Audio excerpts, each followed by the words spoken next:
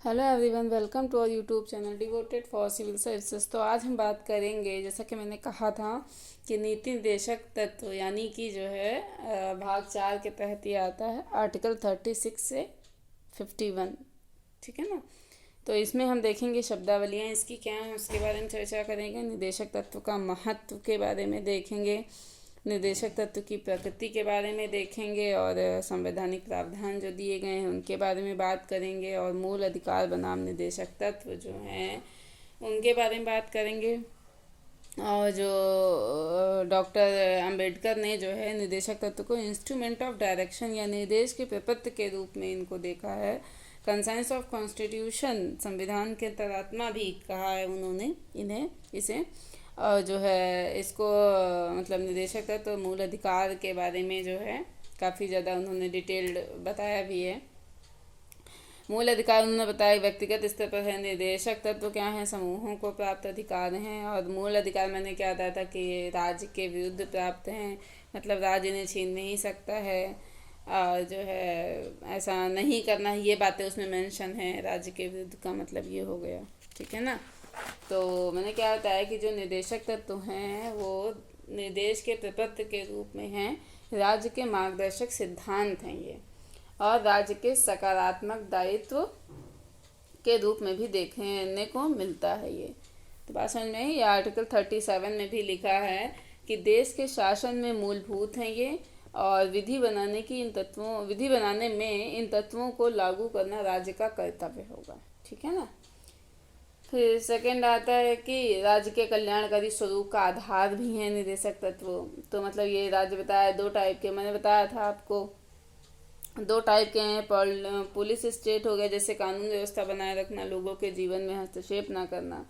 Welfare state क्या है कि लोगों के जीवन में सकारात्मक हस्तक्षेप भी करना, कानून व्यवस्था बनाए रखने के साथ जो है खुशहाली के लिए मतलब हस्तक्षेप करना। तो मैंने क्या बताया कि राज्य लोगों के कल्याण के लिए उनके जीवन में सकारात्मक हस्तक्षेप कर सकता है, जैसे शिक्षा, भोजन, चिकित्सा, इन सब चीज़ों के लिए। फिर क्या बताया था कि ये जो निर्देशक तत्व हैं समूहों को प्राप्त अधिकार है, मतलब राज्य समाज के कमजोर वर्गों को समाज की मुख्य धारा से जोड़ने का कार्य करने के लिए। इससे संविधान और सरकार के प्रति लोगों के विश्वास में वृद्धि होती है, ठीक है ना। फिर क्या है कि जो हमारा लोकतंत्र, सामाजिक आर्थिक लोकतंत्र लाने का माध्यम क्या है, ये थोड़ा सा देखेंगे अभी हम, फिर आगे बात करेंगे। देखिए, देश राजनीतिक रूप में लोकतंत्र का मतलब है कि सरकार लोकतांत्रिक है, मतलब जनता के द्वारा चुनाव में भाग और जवाबदेही, ये सब चीज़ें देखने को मिलती हैं। सरकार नागरिकों के मूल अधिकार नहीं छीनती है, राजनीतिक लोकतंत्र है। सरकार नागरिकों के फंडामेंटल राइट की रक्षा करती है, ये भी राजनीतिक लोकतंत्र है। लेकिन समाज में एक व्यक्ति दूसरे व्यक्ति के साथ भेदभाव, संघर्ष आदि मतलब ऐसी चीज़ें आती हैं, तो इसका मतलब ये है कि समाज लोकतांत्रिक नहीं है। तो समाज का लोकतांत्रिक बनाने का जरिया हमारे नीति निर्देशक तत्व हैं। आर्थिक संसाधन कुछ को मिले हैं, कुछ को नहीं मिले हैं, तो इसका मतलब लोकतंत्र नहीं है। आर्थिक लोकतंत्र मतलब जहाँ संसाधनों का उचित बंटवारा हो, सभी के साथ समान व्यवहार हो। तो ये नागरिकों को सामाजिक आर्थिक अधिकार प्रदान कर सामाजिक आर्थिक लोकतंत्र में लाने का एक जरिया है। तो आर्टिकल 36 में परिभाषा दी हुई है इसकी, जैसा कि मैंने आप लोगों को भी बताया। तो राज्य की परिभाषा में क्या लिखा है कि भाग 4 के लिए राज्य का अर्थ वही होगा जो भाग 3 के आर्टिकल 12 के तहत है। मैंने डिटेल में बताया था कि राज्य की परिभाषा क्या है। राज्य के अंदर जो भारत है हमारा एक राज्य है, इसके तहत 4 चीज़ें शामिल होती हैं। एक तो भू क्षेत्र होना चाहिए, और उस पर निवास करने वाली जनसंख्या होनी चाहिए। उस जनसंख्या को चलाने के लिए या शासित करने के लिए एक सरकार होनी चाहिए, और सरकार हमारी संप्रभु होनी चाहिए। ये मैंने राज्य की डिफिनीशन वहाँ बताई थी। मैंने डिटेल में थोड़ा और बताया था, आप जाके मेरी प्रीवियस वीडियो में देख सकते हैं, ठीक है। अभी मैंने आपको रिवीजन इतना ही करा दिया। और भी कई चीज़ बताई थी कि भारत की सरकार राज्य के तहत कौन कौन आएगा, स्थानीय प्राधिकारी, अन्य प्राधिकारी, सब चीज़ें मैंने डिटेल में बताया है। आप प्लीज़ जाकर देख लीजिए। यहाँ बताऊँगी तो फिर टाइम जाएगा, क्योंकि बताऊँगी वही चीज़ें, अलग से थोड़ी ना वही है सब। तो फिर बात करते हैं आर्टिकल 37 की। तो इसमें क्या मैंने बताया कि गैर प्रवर्तनीय यानी कि अबाध योग अधिकार है ये जो है हमारा।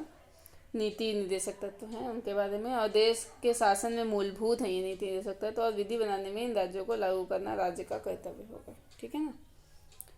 अब देखिए आर्टिकल 38 क्या कहता है कि राज्य लोक कल्याण की वृद्धि के लिए सामाजिक व्यवस्था बनाएगा। इसमें क्या क्या बनाएगा कि बेयर एक्ट का मैं पढ़ रही हूँ अभी, कि राज्य ऐसी सामाजिक व्यवस्था की जिसमें सामाजिक, आर्थिक और राजनैतिक न्याय राष्ट्रीय जीवन की सभी संस्थाओं को अनुप्राणित करे। ठीक है ना। भरसक प्रभावी रूप में स्थापना और संरक्षण करके लोक व्यवस्था की अभिवृद्धि का प्रयास करेगा। राज्य विशिष्टया आय की असमानताओं को कम करने का प्रयास करेगा और न केवल दृष्टियों के बीच बल्कि विभिन्न क्षेत्रों में रहने वाले और विभिन्न व्यवसायों में लगे हुए लोगों के समूहों के बीच प्रतिष्ठा, सुविधाओं और अवसरों की असमानता समाप्त करने का प्रयास करेगा। प्रतिष्ठा मतलब जैसे अम्बानी लोग, नॉर्मल लोग, तो इसका मतलब थोड़ी ना है कि अम्बानी की प्रतिष्ठा है, नॉर्मल लोग की नहीं, ऐसा नहीं है। और स्लम एरिया में जो रहते हैं आज नहीं तो कल मतलब होगा ही, ऐसा चीज़ें नहीं होनी चाहिए।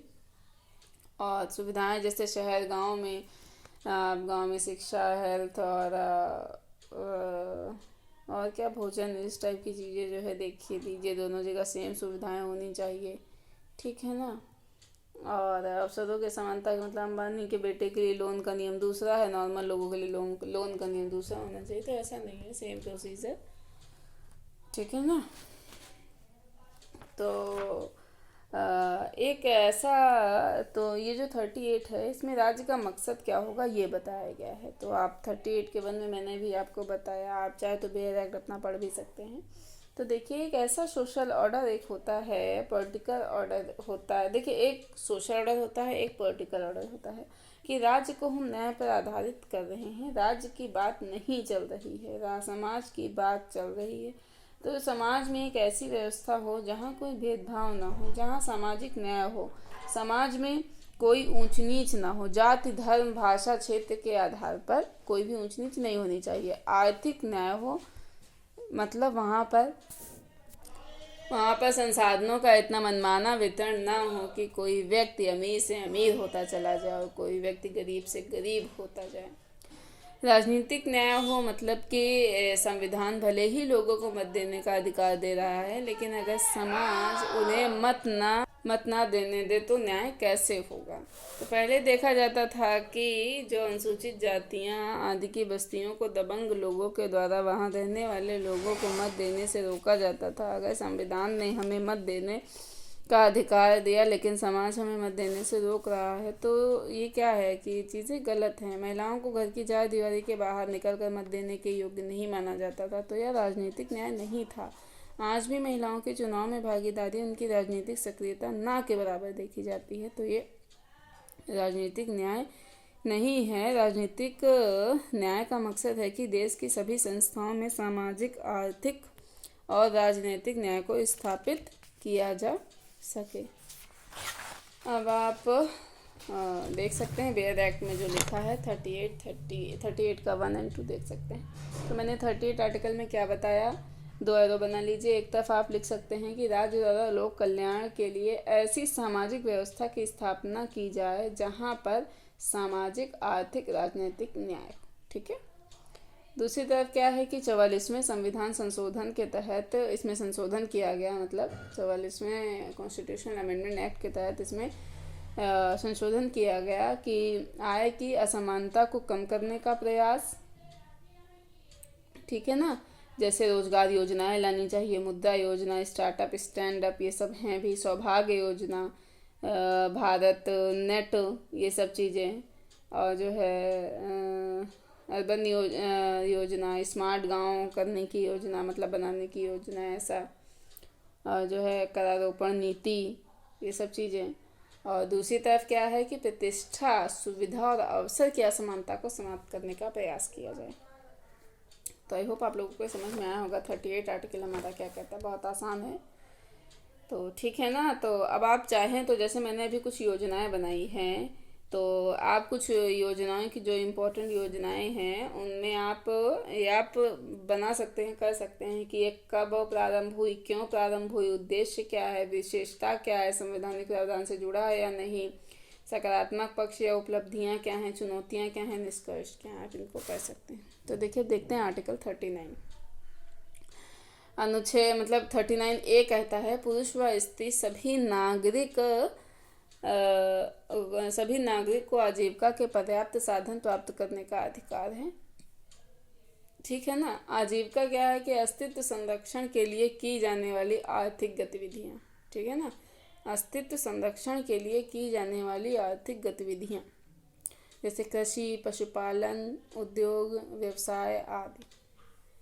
आजीविका मतलब आपने देखा होगा कि दो स्तर पर है, एक तो ग्रामीण स्तर पर है और दूसरा शहरी स्तर पर है। ग्रामीण स्तर पर क्या है कि कृषि गैर लाभकारी देखने को मिल रही है, पशुपालन की भी लाभकारी उतना नहीं है। ग्रामीण क्षेत्र में मतलब पशुपालन लाभकारी का मतलब नहीं, क्या समझ रहे हैं ना, कि अच्छी नस्ल की गाय पशु ये सब क्या है, महंगे हैं। कभी कभी क्या हो जाता है कि कोई ट्रेजेडी हो जाती है तो नुकसान काफ़ी ज़्यादा हो जाता है।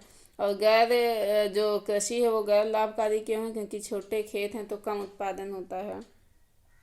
फिर क्या है कि ग्रामीण क्षेत्र में आजीविका के सीमित विकल्प हैं। ठीक है ना, जो ग्रामीण क्षेत्र है उसमें आजीविका के हमारे सीमित विकल्प हैं। और इधर क्या है कि शहरी स्तर पर क्या है कि रोजगार का केंद्र है ये जो शहर है हमारा, लेकिन कुशल श्रम की मांग होती है, यानी कि संगठित क्षेत्र हैं, बड़ी फैक्ट्री, बड़ी कंपनियां एक ऑर्गेनाइज्ड वे में काम करती हैं। और जो है शहरी क्षेत्र में क्या है कि असंगठित रोजगार है, मतलब असंगठित का मतलब फुटपाथ पर सब्जी परचून की दुकान उद्योग श्रेणी में नहीं है, और ये सब चीज़ें उद्योग की श्रेणी में मतलब नहीं है, उन पर सरकार के नियम कानून लागू नहीं होते हैं। तो शहरी क्षेत्र में जीवन लागत अधिक है, ऐसी चीज़ देखने को मिलती है। आप मुंबई का एग्जाम्पल ले सकते हैं। तो इसीलिए लोग मतलब आपने देखा होगा कि गांव से शहर की ओर पलायन करते हैं, और इसीलिए जो है राष्ट्रीय आजीविका मिशन भी लाया गया, मनरेगा भी लाया गया, कौशल विकास के प्रोग्राम भी लाए जा रहे हैं। आप इन योजनाओं के बारे में अच्छे से लिख सकते हैं, कर सकते हैं, और फिर बाद में जो है याद करके एग्ज़ाम में यूटिलाइज कर सकते हैं। अब बात करते हैं 39 के बी की। इसमें क्या लिखा है कि संसाधनों का समतामूलक वितरण होना चाहिए। आप जब बेयर एक्ट में देखेंगे तो उसमें ये साफ साफ लिखा है कि समुदाय के भौतिक संसाधनों का स्वामित्व व नियंत्रण इस प्रकार बटा हो जिससे सामूहिक हित का सर्वोत्तम रूप से साधन हो। ऐसा बेयर एक्ट में लिखा है, आप देख सकते हैं।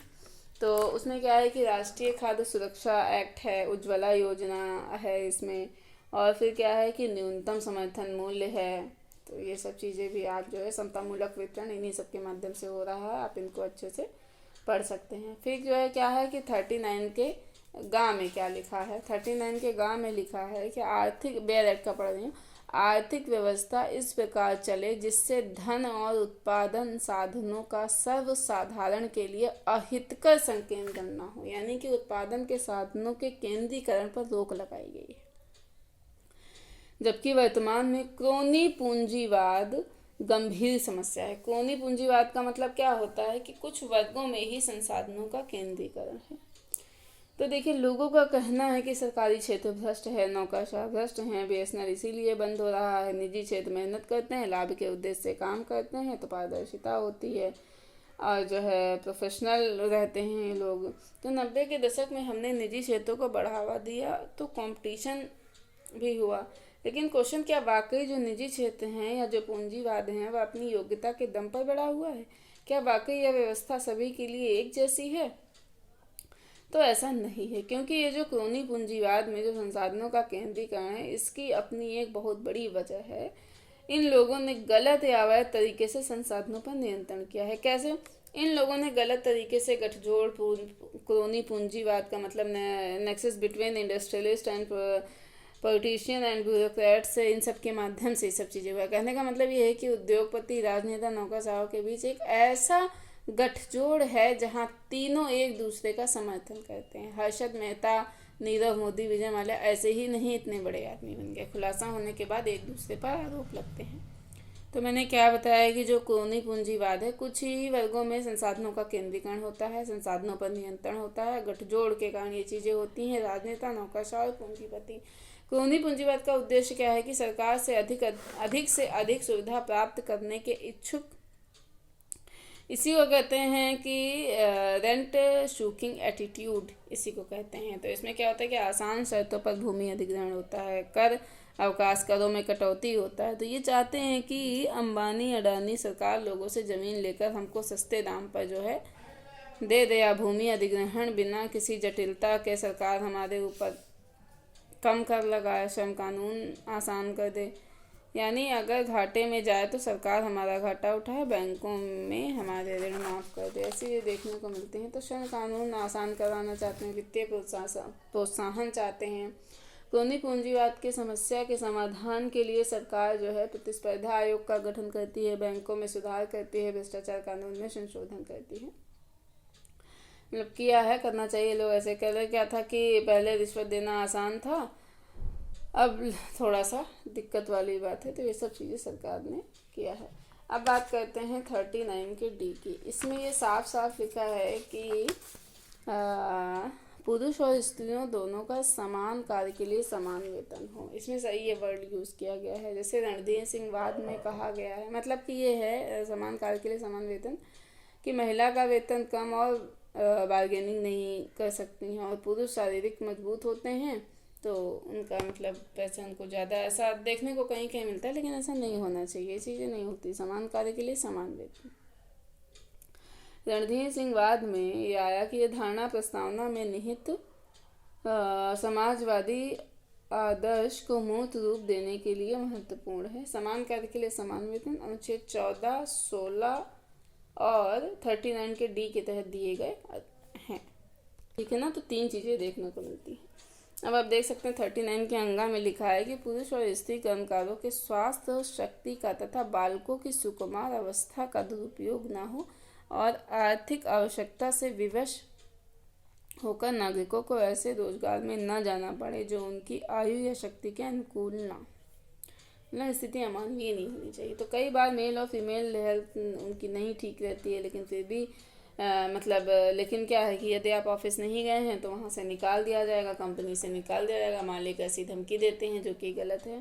छोटे बच्चों के साथ गलत कार्य होता है, जैसे मजदूरी कराना। आर्थिक आवश्यकता की मजबूरी होती है, जैसे जो बूढ़े लोग होते हैं 80+ एज, रिक्शा चला रहे हैं, तो ये थोड़ा सा देखने में भी अच्छा नहीं लगता है। तो इसमें कहा गया है कि कर्मकारों के स्वास्थ्य और शक्ति का तथा बच्चों की सुकुमार अवस्था का दुरुपयोग न हो, और क्या है, आर्थिक आवश्यकता की व्यवस्था में ऐसा रोजगार ना करना पड़े जो उनकी आयु या शक्ति के अनुकूल ना हो। तो इसी में आपने देखा होगा अटल पेंशन योजना भी सरकार लेके आई है। तो ये चीज़ें आप देख सकते हैं। और जो 39 का क्या है, ये 42वें कॉन्स्टिट्यूशनल अमेंडमेंट के तहत ऐड किया गया, जिसमें लिखा है कि बालकों के मतलब स्वतंत्र व गरिमामय वातावरण में स्वस्थ विकास के अवसर। ठीक है ना। हाँ। और जो 39 का ए है वो भी 42वें संविधान संशोधन के तहत शामिल किया गया। समान न्याय और निःशुल्क, ठीक है ना, समान न्याय और निःशुल्क विधिक सहायता, न्याय तक सभी की पहुंच होनी चाहिए, ऐसा कहा गया 39 के ए में। लेकिन इसमें बाधाएं थी कुछ, जैसे बाधाएं क्या थी कि विधिक साक्षरता का अभाव था, भौगोलिक बाधा, वित्तीय बाधा, भाषाई बाधा, सामाजिक बाधा। सामाजिक बाधा का मतलब क्या है कि चाइल्ड रेप एक्ट प्रतिष्ठा के कारण पुलिस में नहीं जाता है तो न्याय नहीं मिल पाता है। और क्या है कि घरेलू हिंसा, पति प्रिटाइड करते हैं, फीमेल मानती हैं, गलत नहीं है, मतलब ये सारी चीज़ें इस टाइप की देखने को मिलती हैं। घरेलू कानून बना लेकिन फीमेल जाती नहीं है सामाजिक बदनामी के डर से। तो 39 के का के तहत फ्री विधिक सहायता देने का प्रावधान ऐसा जो है किया गया है। ठीक है ना। तो आप समझ रहे होंगे। फिर क्या है कि भौगोलिक बाधाएं क्या हैं कि जैसे गांव या रिमोट एरिया में रहने वाले लोगों की वहाँ पे पहुँच नहीं है, मैंने बताया। फिर वित्तीय बाधा क्या है कि वैधानिक साक्षरता नहीं है, तो लोगों को उनके अधिकार ही नहीं मालूम है। कंप्लेन वो क्या, FIR क्या होना है, चोरी हो गई है तो क्या करें, ये सब चीज़ें उनको नहीं मालूम।